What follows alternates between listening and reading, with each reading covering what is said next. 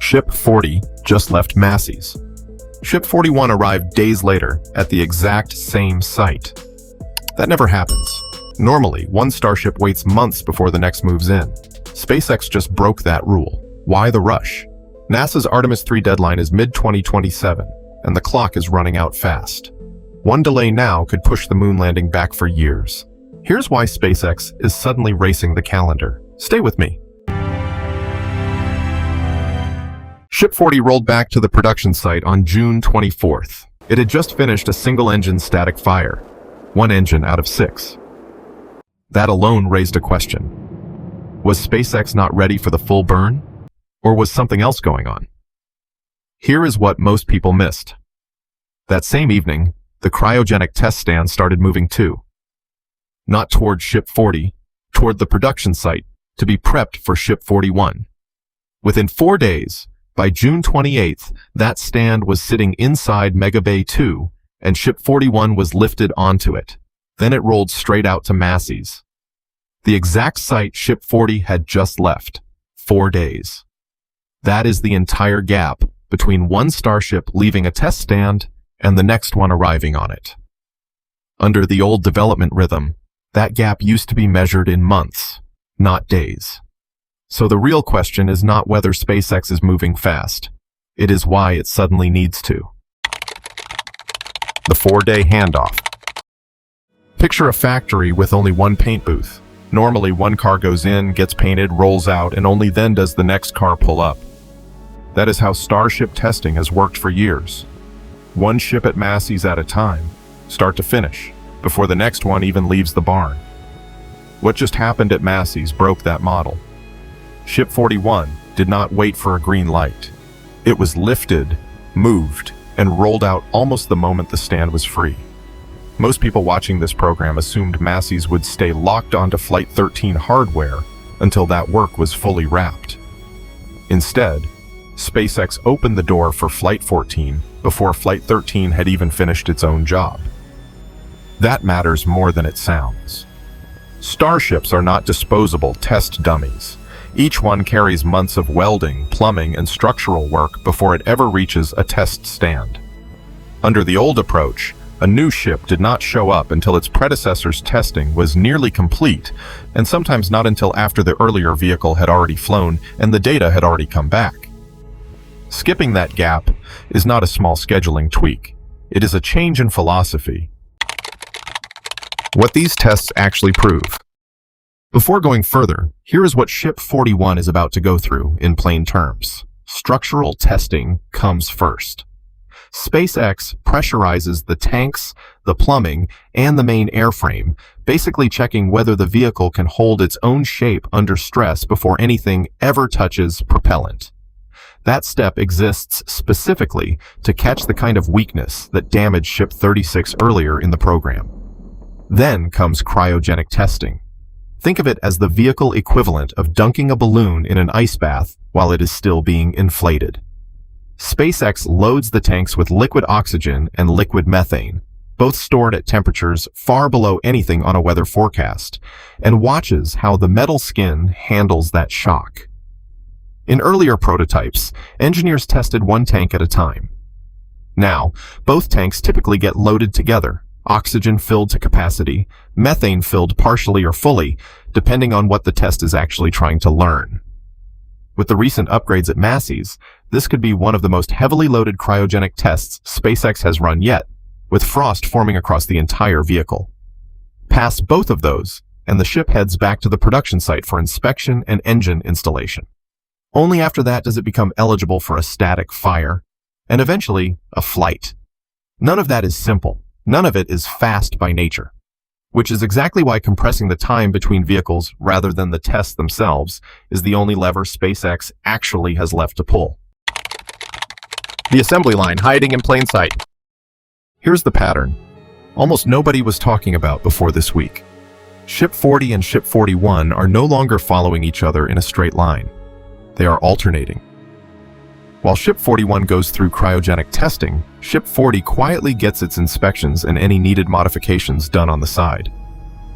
Then Ship 40 comes back for its full 6-engine static fire, the one it still owes before Flight 13 can happen, while Ship 41 keeps climbing toward its own milestones in the background.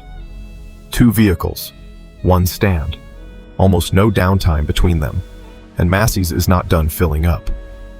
Booster 21, the super heavy booster assigned to Flight 14, is expected to move in shortly after Ship 41. Since Ship 41 arrived earlier than most expected, Booster 21 could follow the same early pattern, with cryogenic testing possibly beginning in the second half of July, and a static fire trailing behind Flight 13, potentially in early August. Meanwhile, Booster 20 has been quietly working through its own milestones with almost no attention. Its cryogenic testing wrapped up back in early June. By June 28th, the scaffolding around the orbital launch mount had been fully cleared, and both the deluge system and the giant chopstick arms were back in active testing. All of that points toward a Booster 20 static fire sometime in the first half of July.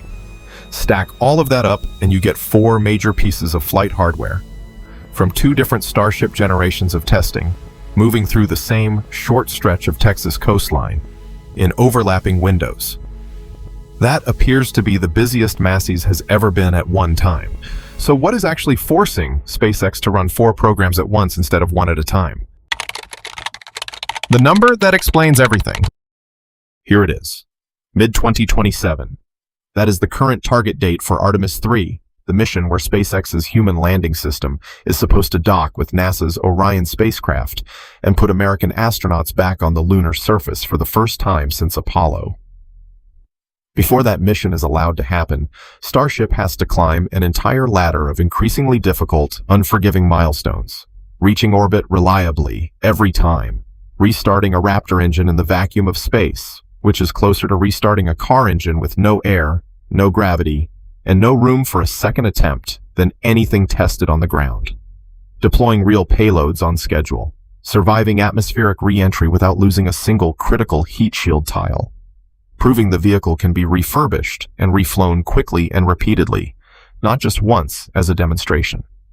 Now do the math along with SpaceX's own engineers. If Starship keeps flying once every few months, the way it did during its earliest development years, the program runs out of calendar long before it runs out of milestones. There simply will not be enough real flight data collected before the 2027 deadline arrives, no matter how good any single flight looks on its own. That force behind the rush at Massey's is real. A monthly cadence is not a marketing target dreamed up for headlines. It is closer to the last mathematical path left toward certifying Starship in time. Every flight becomes a data point instead of an isolated event.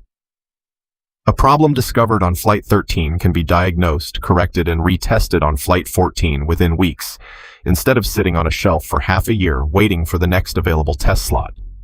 Flight 13 is still tracking toward a launch near the end of July. If Ship 41's cryogenic campaign goes cleanly, Flight 14 could realistically follow in August. If that timeline holds, it repeats something SpaceX has only pulled off once before, back with Flights 5 and 6 in 2024. Except this time, the vehicles involved are the far more complex version 3 Starships. Doing this with an earlier, simpler design proved the concept once. Doing it again with a bigger, heavier, more advanced rocket would be an entirely different level of operational maturity, and everyone in the industry knows it. The other side of the race. Here is where this story gets harder to root for without asking a follow-up question. Speed in aerospace is not free. The line between rapid progress and a very public failure is thinner than most outsiders assume. Falcon 9's own early history proves that. So does Starship's first few prototype years, when a single overlooked weld or valve was enough to destroy ground infrastructure, trigger a lengthy investigation, and freeze an entire program for months, quietly erasing any time that fast testing had gained in the first place. That risk gets heavier the moment Artemis enters the picture. This stopped being a private schedule the day NASA signed on. A failure during a Starship launch, or worse, during an actual docking attempt with Orion carrying real astronauts, would not stay contained to SpaceX's own reputation. It would ripple straight through NASA's entire lunar strategy, and it would land in the middle of a very public, very political contest, one where China's own crewed lunar ambitions and Blue Origin's competing lander program are both watching for exactly this kind of stumble. So, which is it? Is SpaceX racing the clock, or racing past its own safety margins to make a deadline that was set by someone else? That question deserves an honest answer, not a hype-driven one. The competition watching from the sidelines. There is a layer underneath all of this that the test stand updates never mention on their own, and it explains why NASA cannot simply extend the 2027 deadline if SpaceX needs more time. Blue Origin is building its own lunar lander for a later Artemis mission, and every month SpaceX loses is a month. Blue Origin gains ground. Beyond that, China has publicly targeted its own crewed lunar landing before the end of this decade. A slower American program does not just cost SpaceX a launch window. It hands a geopolitical talking point to a competing national space effort. And that is a very different kind of pressure than a normal commercial delay. Think of it less like two companies racing for market share and more like two countries racing for a flag on the same mountain. The company that gets there first does not just win a contract. It sets the terms for who leads deep space exploration for the next decade. That is the backdrop sitting behind every test at Massey's, whether or not it ever gets said out loud in a press release. Why monthly actually matters in simple terms. Here is a comparison that makes the whole monthly cadence argument easier to hold on to. Think about learning a physical skill, something like landing a plane or performing surgery. Nobody gets good at either one by practicing once every few months. Skill compounds through repetition, close together in time, while the last mistake is still fresh enough to actually fix before the next attempt. Starship works the same way, just with rockets instead of muscle memory. Fly once every few months, and engineers are relearning half of what they knew every single time a new flight comes around. Fly once a month, and the lessons stack. A guidance correction from Flight 13 gets baked into Flight 14 almost immediately. A heat shield adjustment gets validated again within weeks instead of being untested for half a year. This compounding effect is the real reason NASA and SpaceX both keep circling back to cadence as the metric that matters, more than any single launch on its own. The honest answer is neither extreme. What is actually happening at Massey's is more disciplined than either version of the story. Precise trajectory control does not get rushed. Neither does a Raptor engine that has to restart reliably in vacuum every time. Thermal protection tiles that need to survive re-entry without losing a single one stay on that same slow, deliberate timeline.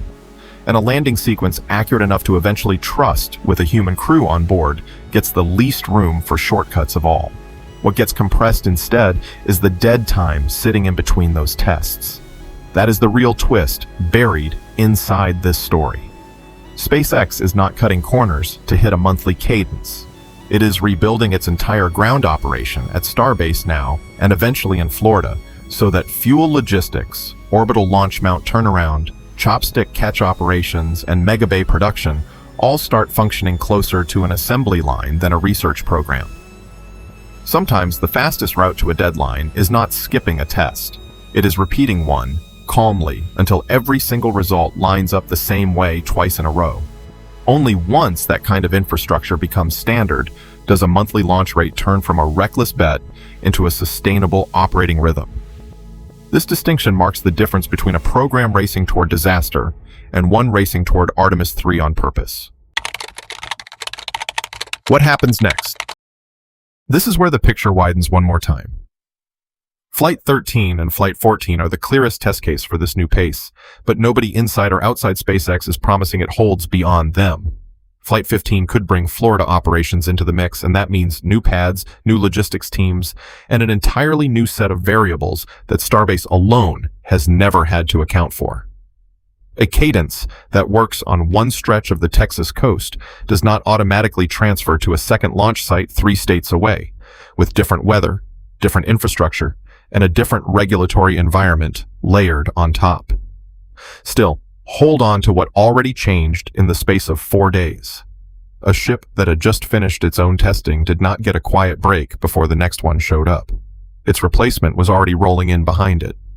That kind of urgency is not how Starship development typically worked even a year ago. And it looks like one of the clearest signals yet from a company that knows exactly how tight its 2027 deadline really is. So the real question left standing is not whether SpaceX can build fast.